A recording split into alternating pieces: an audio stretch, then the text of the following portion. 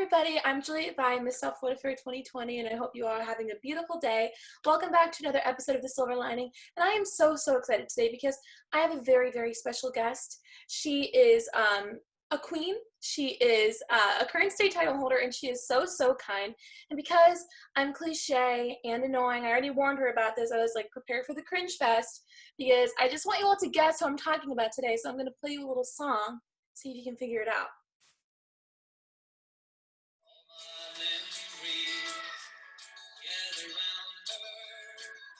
I don't even know the lyrics to the song. I just know it's about West Virginia Mountain Mama, Toriane Graal. Hi, Toriane.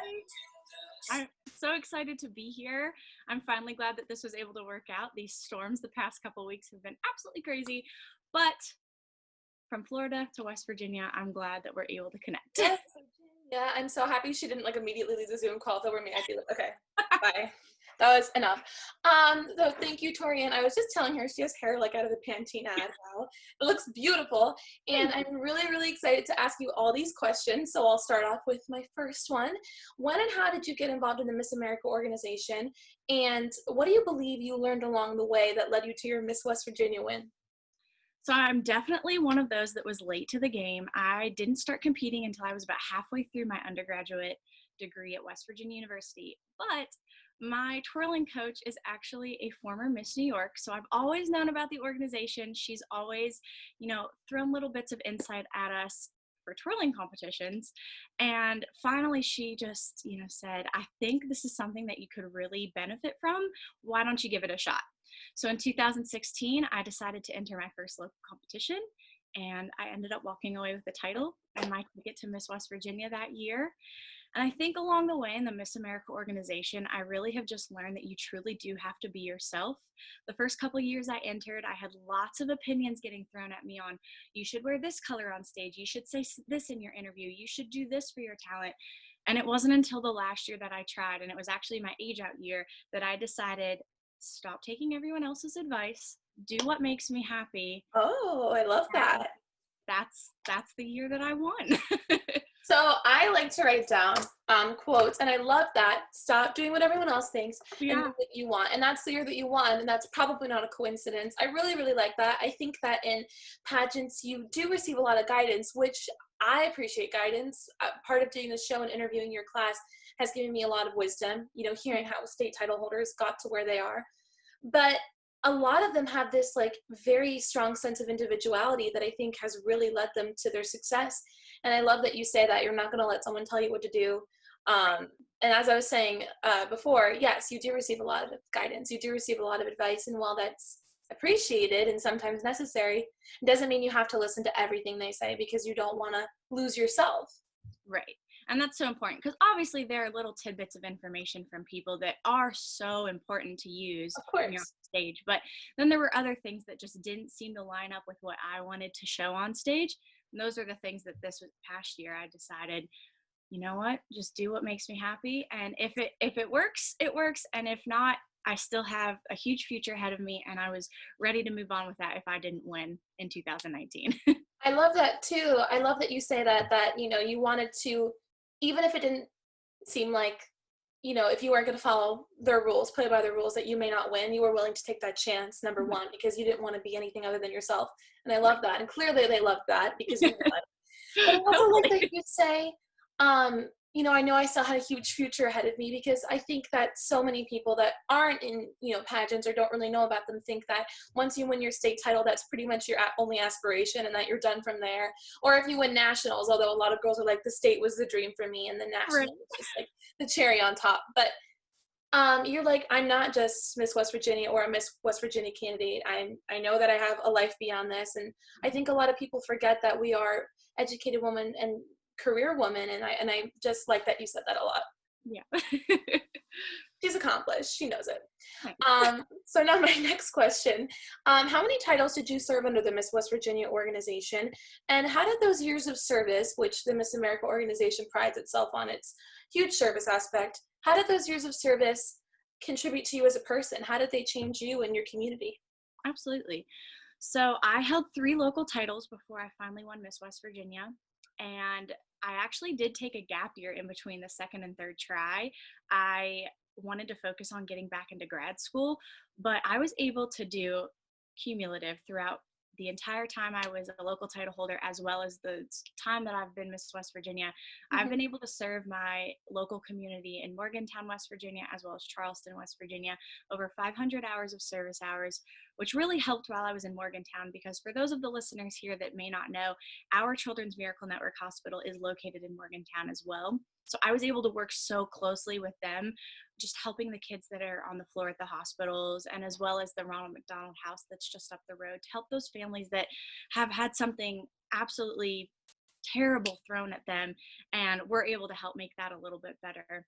I was also able to raise over $5,000 of CMN money throughout those years of service as well. So I was very excited to accomplish that and be able to give back to a community that gave me so much while I was in college.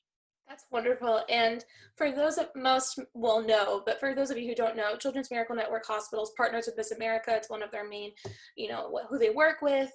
They work with IHOP to raise money for them on National Free Pancake Day, which I've done, and I've been hustling at tables. I know you came here for the free food, but you're gonna cough up $5. Yes. I'm aggressive. But yes, so that's absolutely wonderful. $5,000 is so much. The requirement, I believe, for most candidates is between $100 and $250. So you obviously did so much more than that, and you accomplished so much. And I know that, the sparkly hat, as many of the girls call it, the crown, is such, a big selling point of why we compete. It's so much of who we are. But at the end of the day, the service is what makes us. And I think that's very true to you. And clearly you are very invested in the service aspect of holding a title. Yeah, thank you. It's definitely something that's been near and dear to my heart. I was actually I was, part of the CMN hospital since I was super young. I've been diagnosed at a CMN hospital. I've had other friends of mine that have been diagnosed at a CMN hospital. So it's very important to me. And that was one of the big things that drew me to the Miss America organization, because I could give back to something that helped me throughout my childhood. So it was more than just giving back. It was also something personal to you. Yes, absolutely.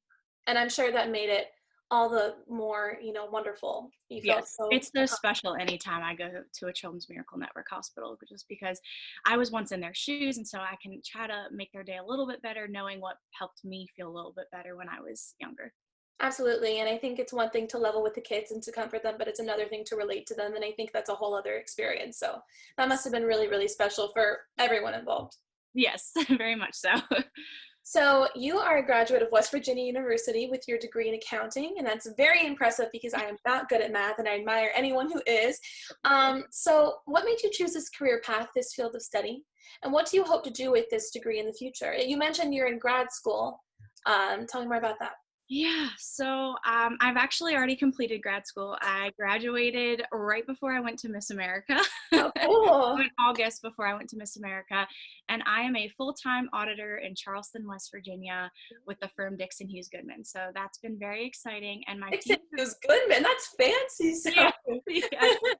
Yes, we're a top 20 firm in the U.S. And I just really like the tight-knit community there, instead of working at a big four, which is what drew me to working for them. But yes, my story as how I stumbled on accounting is very interesting. I actually graduated with a mathematics degree. And that was what my mom did when I was younger. She was a math and science teacher, but I really just didn't want to become a public school teacher, not because I don't think that they're amazing human beings. I just don't think teaching was for me. I said the same thing. Really. I don't have patience, so I'm like, teachers are amazing and underrated and underpaid. That's yeah, they're underrated and underpaid for sure. I could not do it, so I do not blame you one bit. I'm like, absolutely not. I was always that loud kid in class, and I just couldn't handle another me. No. Yeah.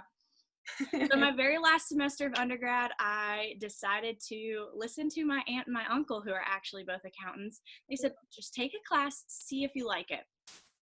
The moment I stepped into that Accounting 101 classroom, I knew that is exactly what I wanted to do for the rest of my life. So I graduated with my math degree, and then I decided to come back, and that was actually during my gap year from pageants. I focused on getting into grad school, finished my grad school right after I won Miss West Virginia, and now I work full-time in Charleston, West Virginia. That's wonderful, and you're clearly super smart. That sounds like a very fancy firm. I sound so like Disney. I'm like, oh my god, that sounds so totally fun. No, I am just an English history person, but I admire that a lot.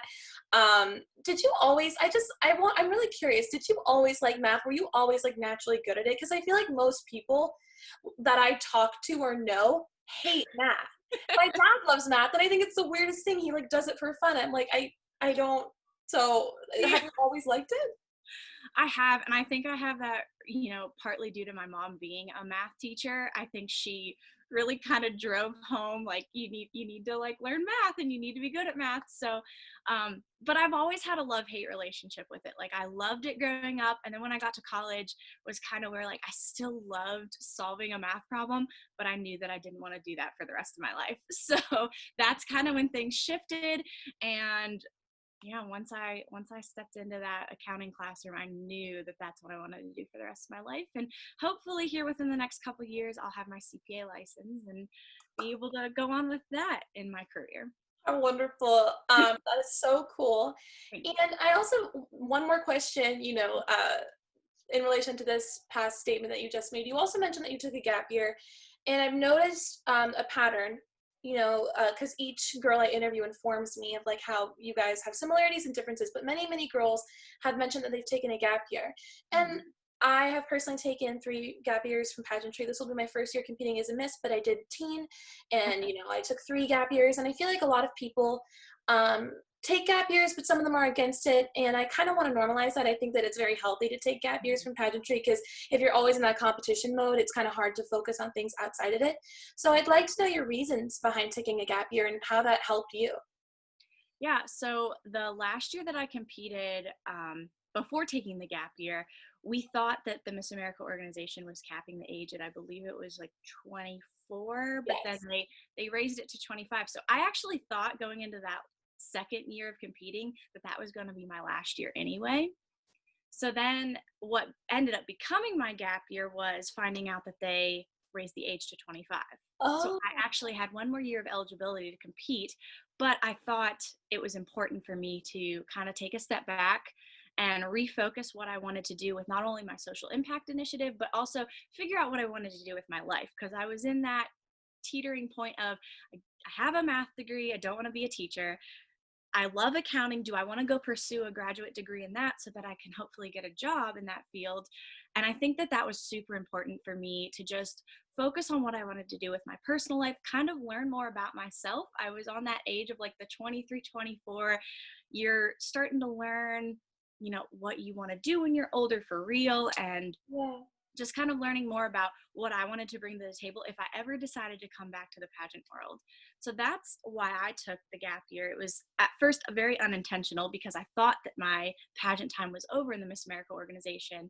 But then, they raised the age and I was able to come back. And everyone has told me that it was probably the number one thing that helped me win the pageant in 2019 by taking that gap year, maturing a little bit, trying to just learn about who Toriane really was and what she wanted to bring to the table. Absolutely. And this is a very interesting time in the world, a global pandemic. There's a lot going on. I'm actually so happy that I get to interview your class because you all have very unique circumstances where you are going into your second year of service. This job is designed for 1 year for a reason. It's a privilege, but it's also tough to represent your state, and I know that. So you guys are tackling that. It's also very interesting to the people who are candidates for state titles right now, like myself, because I was supposed to compete in June of 2020. Now it's pushed back to June of 2021. I'm actually really happy about that. I feel like this year, without this year, I wouldn't have been able to present my social impact initiative, like you said, to the judges and really wholeheartedly be so invested in it because I've done so much throughout this pandemic or have this show. So I completely agree. A year can change a lot for anybody. So I think it's awesome that you say like without that gap year, you don't know if you would have been crowned. Right. Yeah, absolutely. And this whole pandemic is just so interesting to see how it's affected not only our personal lives, but also the pageant world. And I think it's Absolutely. really important for you all who are still getting to compete that you get that extra time to just really find yourself. And maybe, out of you all in the 50 states, you can make this year your year. And one last question, and then I have more questions, obviously, that's related to this. I have all the Yeah. questions for you. I'm just curious, how are you guys doing up there with the pandemic? Like, what phase are you in? We're just now getting into phase 2 down here in South Florida because it was pretty aggressively bad these past few months. So West Virginia was actually the last state to really blow up with COVID-19. Mm-hmm. I don't know if that was the fact that we didn't have a lot of testing areas or if we truly just were one of the last states to really be affected.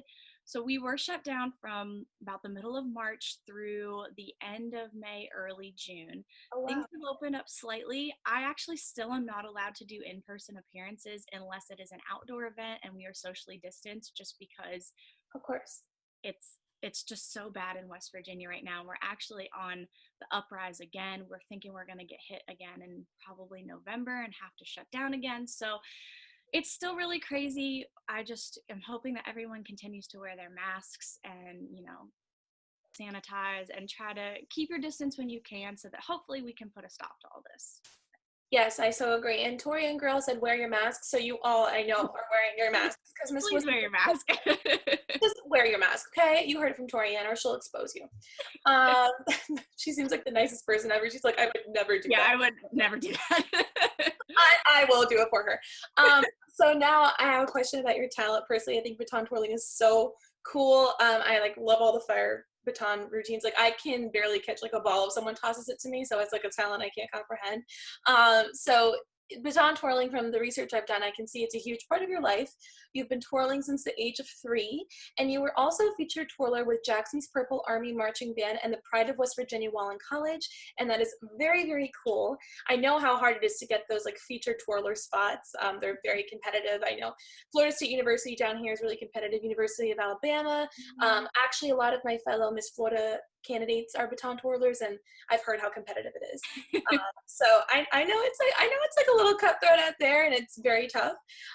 So I want to know how you got into twirling, and what piece did you choose to twirl to for the competition, and why? So I actually have a very funny story for this one. Yeah. I'm an only child. My mom, when she found out that she was having a girl, she was a competitive baton twirler growing up, and she swore up and down that her daughter would never, ever, ever twirl. What? Why?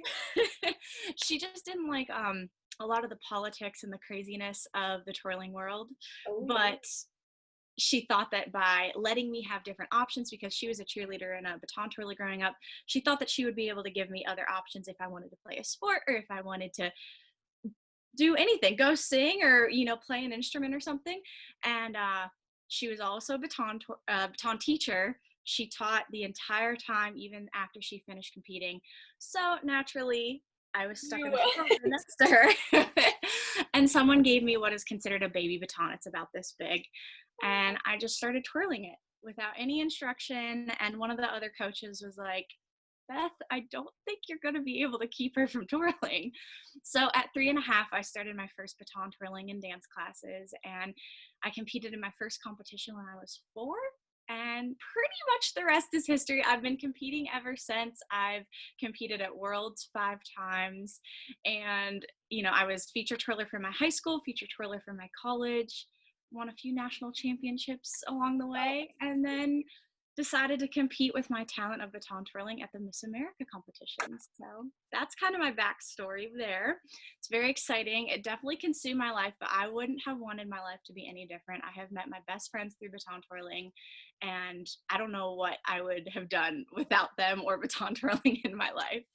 So I love how she was I've won a few national championships. I won world. I think it was 5 times. But yeah, other than that, it's just casual. It's a hobby. That is amazing. Wow, that is so cool. Thank you. And that's so cute that you followed in your mom's footsteps. I absolutely love that. Even though she was she's not gonna do it, you were like, psych, mom. Here I am.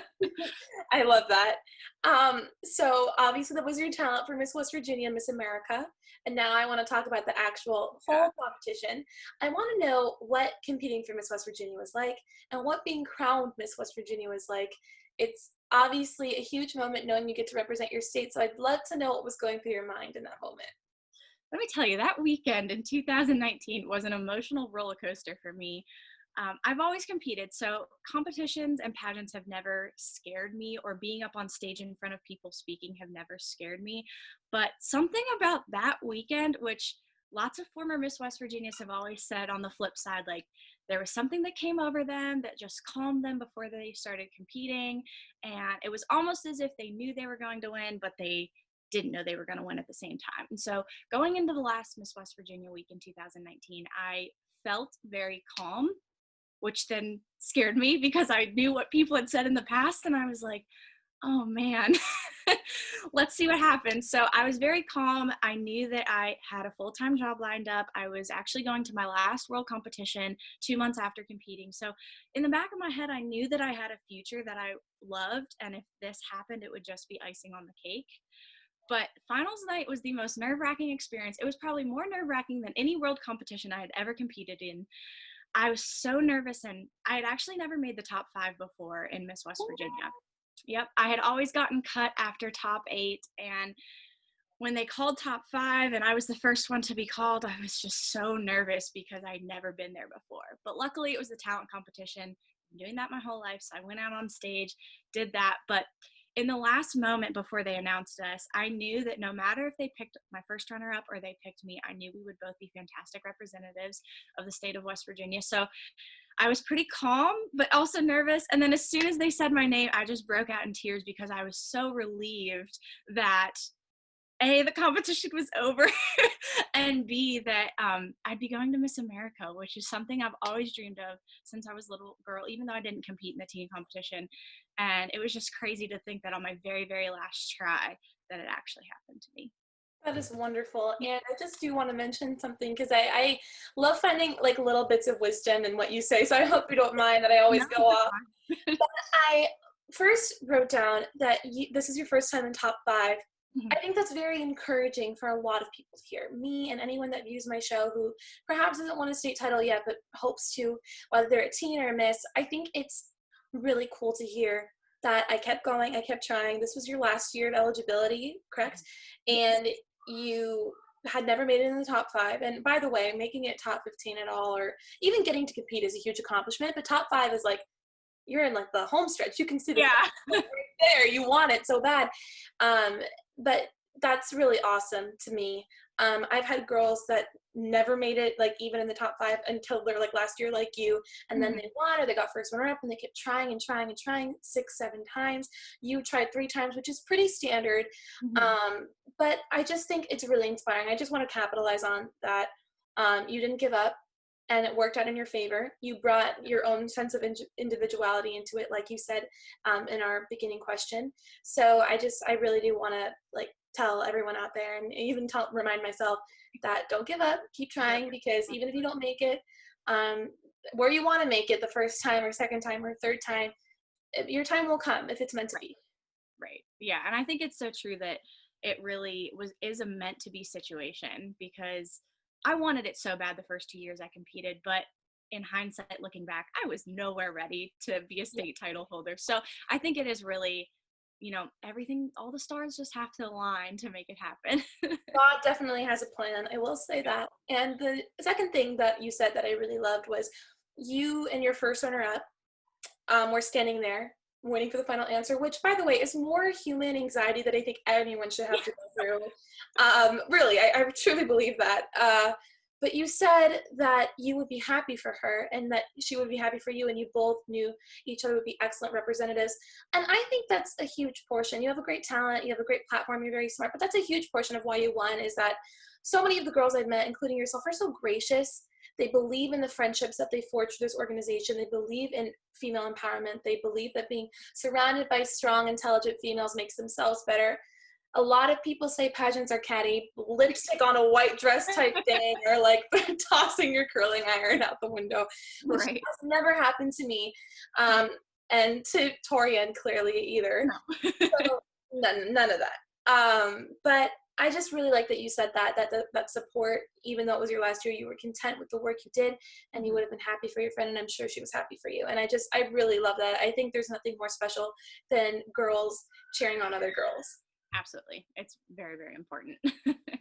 So now my next question is about Miss America. As you mentioned, that's been your dream since you were a young girl, as it is the dreams of many girls. But the statistic, I always get it wrong, but you're more likely to have a son play in the NFL than to have a daughter compete at Miss America. So it's a pretty rare thing. And another title holder told me that only 5,000 women in the history of Miss America have competed for Miss America. And I was like, there's no way that's true. It probably is because there's only so many girls that get to have that chance each year. So Right. it's a very, very coveted spot. I want to know what that experience was like. Of course, I do want to preface this by saying I know it was different. I know it was in Connecticut this year at the Mohegan Sun, which is beautiful. I know you didn't have the Show Me Your Shoes parade. I know it was 1 week instead of 2. So along with your Miss America experience, I'm interested to know, how did you take those differences? You mentioned you dreamed of it for so long. Was it disappointing that you didn't have those things, or were you embracing the new? Were you excited to have a different experience than before?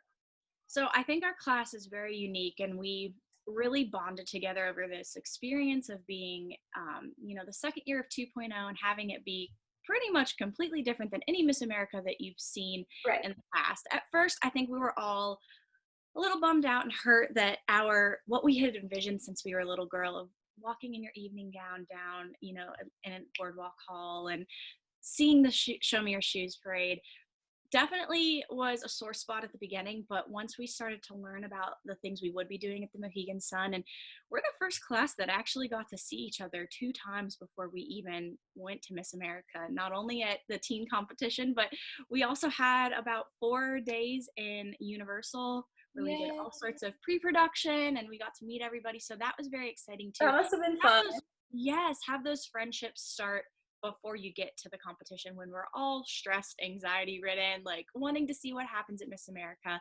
But I think we were able to really bond at Miss America with the new side of Miss America 2.0 and really try to embrace the changes that they were making to try to make it the best experience that it could possibly be. And I think we all did a really good job of, just trying to make it the best for each of our situations.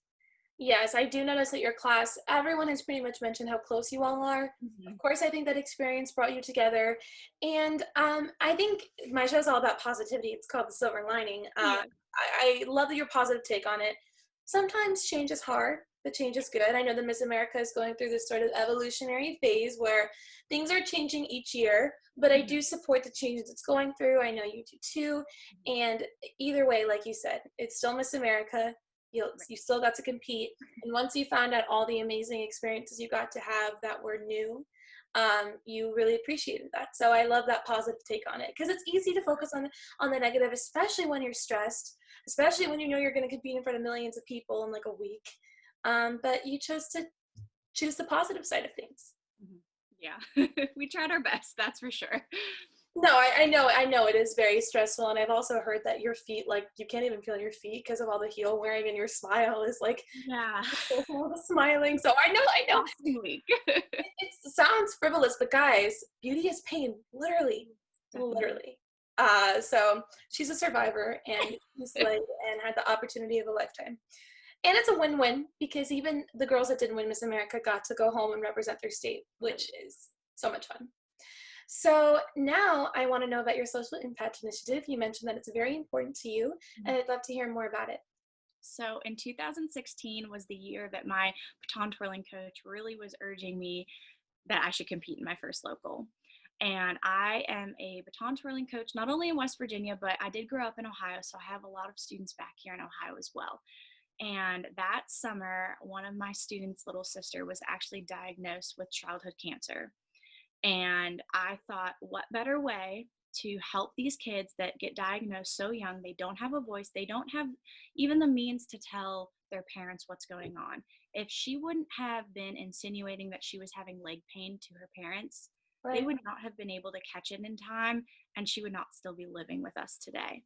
So I think it was so important that I created a social impact initiative for those that can't fight for themselves. So I created Let's Be Clear, which is an acronym for Children's Leukemia Education Awareness Resilience. And although at the time it was just leukemia that I was advocating for, I have since broadened it with my gap year. I decided that I should be advocating for all childhood cancer. So I have broadened the horizon there and have really tried to help spread awareness for children with cancer and how we can help better them, not only through fundraising, but also just everyday things. So I've partnered with Children's Leukemia Foundation, and they have these hope baskets and Make-A-Wish baskets where you get the parents a binder, and they're able to keep track of all the medication that your child is on, all the appointments, everything that the doctor needs you to know. It's in that binder. They can pick out a gift at the end of the year, and someone will donate that gift to that child. So I think it's really important that we go above and beyond for these kids that don't have a voice of their own to advocate for themselves. Absolutely. And I love that thing you mentioned about the binder so that they can keep track. Whenever I Yes. would get sick as a kid, my parents are both in the medical field. So I'm just used to them knowing the answer and being like, oh, it's this. Her symptoms are this. I'll go get this prescription. Most Right. people don't have that medical knowledge to know faults of their own. My dad was in medical school for 8 years for a reason so he could know this stuff. Um, and that brought to my attention, most families can't always detect the signs. Kids can't detect the signs. So it's so important to have organizations like the Children's Leukemia Foundation and all the other organizations you might be working with to help raise awareness. Look out for these signs so that if you're, God hope not, your kid has this, Right. and how to handle it in one of the beginning stages. I'm happy that your friend's sister caught it in time, because some people might not be so lucky. Yeah, it's definitely scary. And I actually just went through September being Childhood Cancer Awareness Month. And I decided this year, with my extra year, that I would feature children that I personally know that have been affected by childhood cancer. And at the end of the month, I realized that I know over 15 kids that have been diagnosed with cancer. And it blew Wow. my mind because you would never think that it affects that many kids that you just personally know. And think Personally, about all the kids that I don't know out in the world that probably have it. So, right. You mentioned that these are 15 kids you personally know. mhm. I couldn't even fathom that, because you might think, oh, she found 15 kids that she contacted or reached out to her or in her state. No, these are kids that you personally know in Right. your life. That is crazy. But I'm really happy you're raising awareness, because I don't think it's talked about enough. Sometimes you see a commercial here or there about it, but you're bringing, awareness to it all day throughout the year, throughout your 2 years of service, Mhm. and that it's really important and really underrated. So I think Thank that's wonderful. you. And now my last question. I'm so sad because you have been so much fun to talk to. But my last question, I think you're going to be able to answer this very well, because I can tell you're positive. As I mentioned before, and well, every episode, my show's title is called The Silver Lining, which is all about finding the positive side of situations. And I want to know, what is the silver lining um, about your competing in pageants? What was the best part of it all to you? So, besides the obvious friendships that I've gained over the past 4 years of competing, I think the silver lining for me personally was the fact that going into that last year of competing, I really didn't know myself and I didn't know what I wanted to do with my future. So, I think the silver lining that being Miss West Virginia has created for me was not only allowing me to go back and receive a master's degree from my school and be able to pay it off completely debt free with the Miss America organization through their scholarship monies, but also really finding out who Toriane was and what she wanted to do with her life post Miss West Virginia, post graduating from school. And I think that that's really important for someone in their mid 20s to be able to find out at such a young age so that they can go on and pursue the things that they really, really want to do and enjoy with their life. That's awesome. I'm so happy to hear that you graduated debt-free. Let me just remind everybody that the Miss America organization is the leading provider of scholarships for women in the country. So, wow. So y'all better learn that it's a scholarship pageant and that they're paying for us to get all Yeah. smart. That was not anything Miss America would ever want me to say. They're like, no, it's a little more than just getting smart. But either way, that is wonderful. You were clearly so educated, so that makes me so happy that you were able to pay it off through your winnings, through the organization, and I am so happy for your career. I can't wait to see you slay as a CPA. I'm really excited to see the rest of your year as Miss West Virginia, what you do with your platform. I'm sure you will continue to advocate for it even after your year of service, and you've been wonderful to talk to and so inspiring, so I really am happy I got to meet you. I'm so glad I got to meet you too. I'm glad that Zoom's a thing and we can still chat even though we're like 1,000 miles away from each other. Yes, and now I have a best friend in West Virginia. Obviously, Toriane and I are best friends. She was like, this is news to me. But no, so guys, thank you so much for watching. Please, please, please follow Toriane. Keep up with her because she still has more of her reign to go. Don't forget it. And follow me, of course. Shameless plug. Please like and subscribe. And also thank you so much to Sparkling Designs and Gifts for my custom jacket. I've worn this in a previous interview, but I had to wear it again because it's my favorite. So many people have been asking where I got it, and it's from her, so follow her. She makes great custom stuff. And thanks again, Toriane. You've been a blast. It was nice to talk to you. Thanks. Bye. Hey guys, thank you so much for tuning into my channel today. Your support means the world to me. If you like what you saw, please subscribe to my channel and like and comment on my videos because your support is what fuels my ability to make content. I'll see you guys next time, and once again, thanks for joining me for another episode of The Silver Lining. Love you guys. Bye!